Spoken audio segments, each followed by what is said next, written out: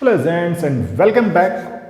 और बच्चों, last class में हम लोगों ने पढ़ा था कंपनी अकाउंट्स की कुछ बेसिक कॉन्सेप्ट्स को, और आज हम लोग समझेंगे इश्यू ऑफ शेयर कि जब कोई कंपनी शेयर इश्यू करती है पब्लिक को तो उसको अकाउंट्स में किस तरह से डील किया जाता है। So let's begin with me. Students, last class में हमने एक टर्म क्लियर किया था, शेयर कैपिटल, जिसको हम लोगों ने कैटेगराइज किया था as an authorised capital, issued capital या फिर सब्सक्राइब्ड कैपिटल। तो कोई भी कंपनी दो टाइप के शेयर इश्यू करती है। एक को हम बोलते हैं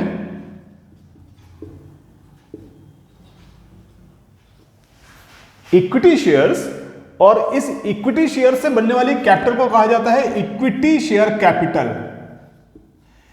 किसी भी कंपनी की फॉर्मेशन के लिए इक्विटी शेयर्स का होना जरूरी है। इट मींस कोई भी कंपनी बिना इक्विटी शेयर कैपिटल के फॉर्म नहीं हो सकती। इसके साथ साथ कंपनी एक टाइप के शेयर और इश्यू करती है जिसको हम लोग बोलते हैं प्रेफरेंशियल शेयर्स। और प्रेफरेंशियल शेयर्स के कैपिटल को कहा जाता है प्रेफरेंशियल शेयर कैपिटल, बट ये होती है ऑप्शनल। यानी कि कंपनी को अगर जरूरत है तो प्रेफरेंशियल इश्यू कर सकती है, और अगर कंपनी को लगता है कि उसको प्रेफरेंशियल इश्यू नहीं करने हैं तो इट मे पॉसिबल कि कंपनी के शेयर कैपिटल में प्रेफरेंस शेयर कैपिटल ना हो। बट अगर प्रेफरेंस शेयर कैपिटल होता है तो प्रेफरेंस शेयर कैपिटल के आगे एक डिनोमिनेशन होती है। सपोज कीजिए ये लिखा हुआ है 8%, देन 8% मींस कि प्रेफरेंशियल शेयर कैपिटल पर 8% का डिविडेंड मिलेगा, राइट? सो ये 8% बेसिकली रेट ऑफ डिविडेंड को इंडिकेट करता है। Got it? तो मान लीजिए हमने एक एग्जांपल लिया था, किसी कंपनी की equity share capital ₹10 lakh. Got it? And यह है divided into 1 lakh shares at ₹10 each. तो किसी कंपनी को चाहिए ₹10 लाख, राइट? अब इसकी अकाउंटिंग समझने से पहले हम इसके प्रोसेस को समझते हैं कि कंपनी पब्लिक से डिमांड कैसे करती है। तो जब भी किसी कंपनी को शेयर इश्यू करने होते हैं तो कंपनी न्यूज़पेपर में एक एडवर्टाइजमेंट देती है, उस एडवर्टाइजमेंट में कंपनी की इंफॉर्मेशन होगी और साथ में होता है एक एप्लीकेशन फॉर्म, राइट? तो इस तरह की एप्लीकेशन ऑनलाइन भी हो सकती है और ऑफलाइन भी हो सकती है। तो जो भी एप्लीकेंट होगा, यानी कि जिस भी पर्सन को शेयर अप्लाई करने हैं, वो उस एप्लीकेशन फॉर्म को फिल करता है, और जितना भी शेयर के लिए वो अप्लाई करता है उस शेयर के हिसाब से वो पैसा कंपनी को देता है, राइट? और जैसे ही एप्लीकेशन और एप्लीकेशन का पैसा कंपनी के पास आता है, तो क्योंकि यहां पर एक फाइनेंशियल इवेंट हो रही है, पैसा कंपनी के पास आ रहा है, तो जैसा ही कंपनी के पास पैसा आएगा कंपनी करेगी अपने अकाउंटिंग ट्रांजैक्शन, और एक्चुअल में हमारा सिलेबस स्टार्ट होता है इसी पॉइंट से। Got it? तो कोई भी कंपनी जब शेयर कैपिटल का पैसा लेती है तो कंपनी दो तरीके से उस पैसे को ले सकती है। Payment at lump sum. It means applicant जितने भी शेयर के लिए अप्लाई करता है वो सारा का सारा पैसा एक ही बार में देगा। या फिर कंपनी ये भी कह सकती है कि एप्लीकेंट्स पेमेंट्स को इन पार्ट्स में भी दे सकते हैं। इट मींस ये जो ₹10 है, कंपनी इस पूरे ₹10 को एक बार में भी ले सकती है, और कंपनी इस ₹10 को पार्ट्स में भी ले सकती है। Got it? तो इन दोनों ही केसेस में कंपनी अपने शेयर को या तो एट पार इश्यू करती है या एट प्रीमियम। और लास्ट क्लास में बच्चों ने पढ़ा था कि अगर नॉमिनल वैल्यू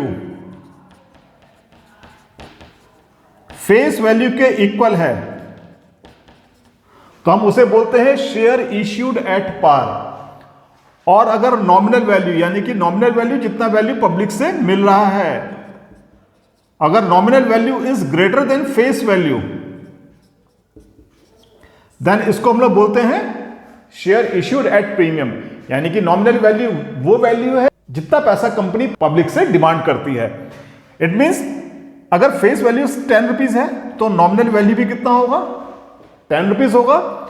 और अगर कंपनी 10 + 5 रुपीज एक्स्ट्रा डिमांड करती है तो कंपनी के शेयर की फेस वैल्यू 10 है बट नॉमिनल वैल्यू कितनी होगी, ₹15। और ये 5 रुपीज किस चीज के हैं, 5 रुपीज है सिक्योरिटीज प्रीमियम के। Got it. सिमिलरली कंपनी जब पार्ट्स में डिमांड करती है तो यहां पर भी यही होगा, एट पार और एट प्रीमियम। Got it. और बच्चों आपका जितने भी क्वेश्चंस हैं आपके सिलेबस में वो सारे के सारे क्वेश्चन इन्हीं दो कंडीशंस पर हैं कि या तो कंपनी सारी पेमेंट एट लमसम यानी कि एक ही बार में ले रही है, या फिर कंपनी सारी पेमेंट ले रही है इन पार्ट्स। राइट। तो बच्चों सबसे पहले हम लोग समझते हैं, अगर कोई कंपनी पूरी पेमेंट एट लमसम अमाउंट यानी कि एक ही बार में लेकर लेती है तो उस कंडीशन में अकाउंटिंग एंट्रीज क्या होंगी। Got it. सो स्टूडेंट्स हम लोग केस 1 लेते हैं जहां पर share issued at lump sum payment है। तो इसके लिए हम इस क्वेश्चन को समझने के लिए हम लोग लेते हैं क्या एग्जांपल,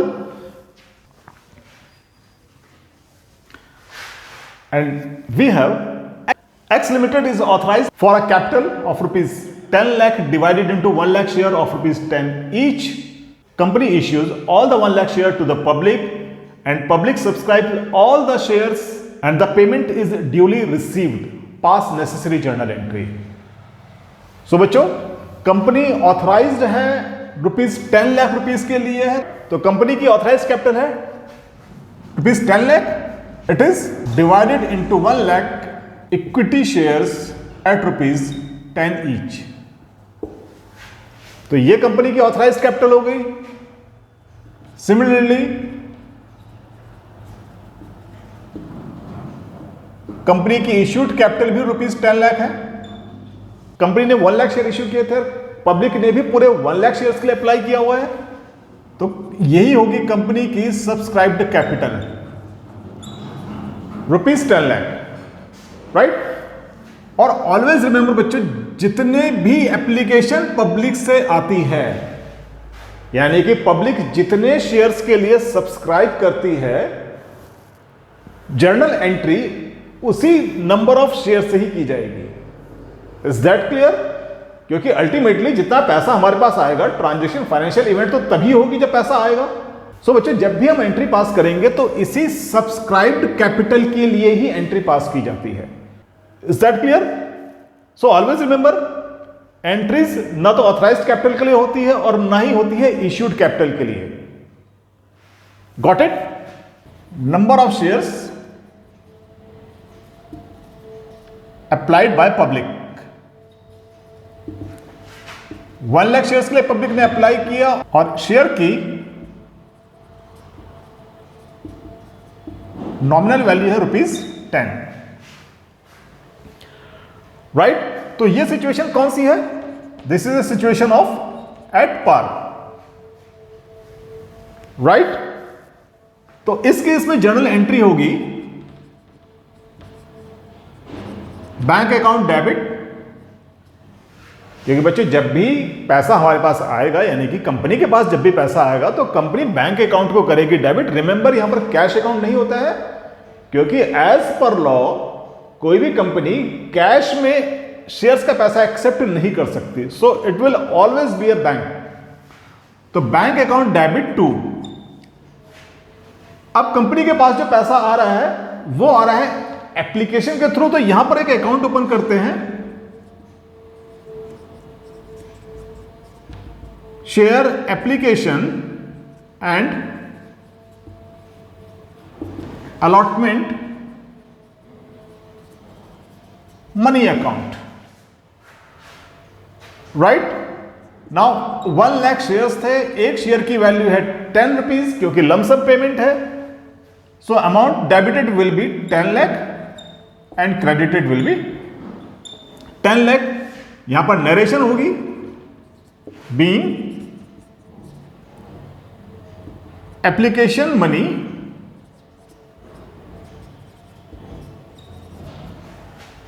रिसीव्ड। और फाइनली ये पैसा हमें किसी के लिए मिला? ये पैसा मिला हमें अपनी कैपिटल के लिए, राइट। सो इस अमाउंट को ट्रांसफर कर देंगे share application money account debited to equity share capital. Remember by default आप हमेशा इक्विटी शेयर कैपिटल ही लिखते हैं, right. And the amount will be same ₹10 lakh. Got it. और बच्चों यहां पर नरेशन होगी बीइंग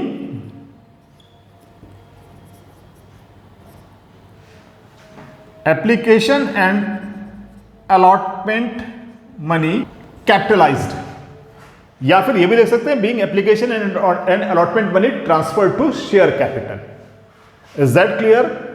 सो बच्चों यहां पर ये दो एंट्री करते हैं, जिसमें से share application and allotment money ये एक इंटरमीडिएट अकाउंट है, राइट। अब स्टूडेंट्स अकाउंट्स को हम लोग ऐसे भी समझ सकते हैं कि ये दोनों इंटरमीडिएट अकाउंट है, तो एक अकाउंट क्रेडिट हो रहा है, सेम अकाउंट यहां पर डेबिट हो रहा है, और अगर हम इससे इसको कैंसिल कर दे तो हमारे पास बचता है एक बैंक अकाउंट और एक बचता है शेयर कैपिटल अकाउंट। अब अगर आप 11th क्लास में सोचिए, आपके पास पहली एंट्री क्या थी? सबसे फर्स्ट एंट्री जो आपने 11th क्लास में पास करी होगी वो थी cash account debit to capital account, right. तो 11th क्लास में ये एंट्री पास करी थी ना, तो सेम एंट्रीज है bank account debit to equity share capital. Got it. वहां पर सोल प्रोप्राइटरशिप फंड थी तो वहां पर ओनर के नाम से कैपिटल थी, यहां पर कंपनी है तो कैपिटल किस नाम से है? इक्विटी शेयर के नाम से। Got it. सो ये तो कंडीशन है जहां पर शेयर इश्यू किया जाता है एट पार। Got it. नाउ हम समझते हैं कि अगर यही शेयर प्रीमियम में इश्यू किया जाता है तो फिर कैसा होगा? तो again we have same example, X limited issue 1 lakh equity shares of ₹10 each issued at premium of ₹5. All the shares were issued and allotted past necessary journal entry. So students, we have number of share applied. Public ने 1 lakh shares के लिए apply किया था, right. We have face value ₹10 और साथ में है securities premium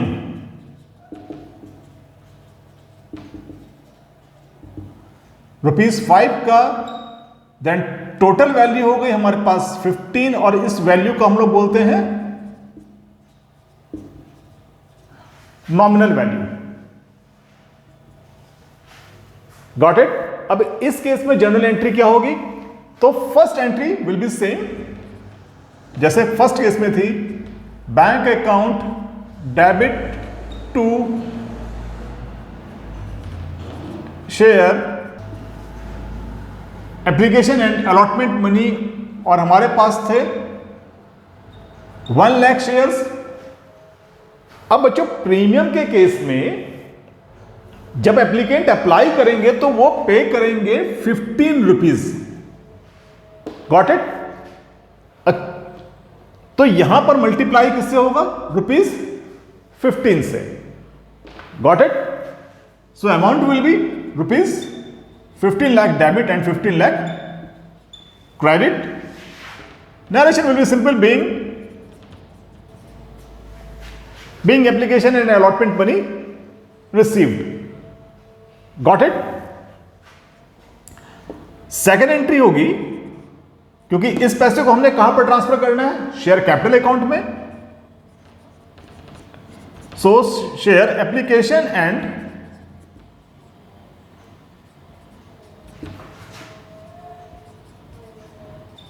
allotment money account debited to equity share capital account. और क्योंकि प्रीमियम के अमाउंट एक एडिशनल अमाउंट है तो एडिशनल अमाउंट आएगा क्रेडिट में और अकाउंट का नेम होगा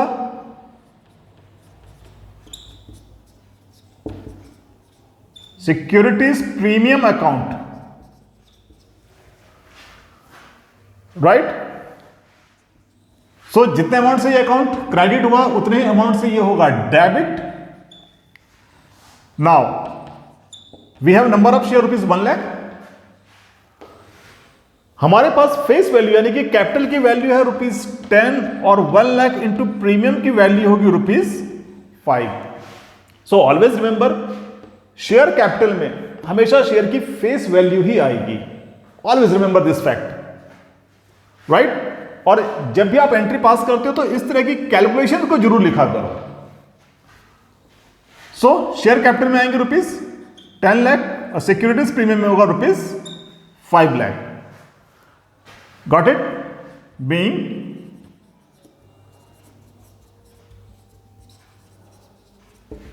application and allotment money capitalized. This will be the narration. Got it? So we have these two cases lump sum payments के लिए। अगर शेयर इश्यू किए जाते हैं एट पार और अगर शेयर इश्यू किए जाते हैं एट प्रीमियम, तो इस कंडीशन को बोलते हैं share issued at premium. Got it? So students, if you have any kind of query or you need any kind of explanation for any topics, then you can write it on your comment section. If you have learned something from these videos, then you can like and subscribe the channel and stay tuned.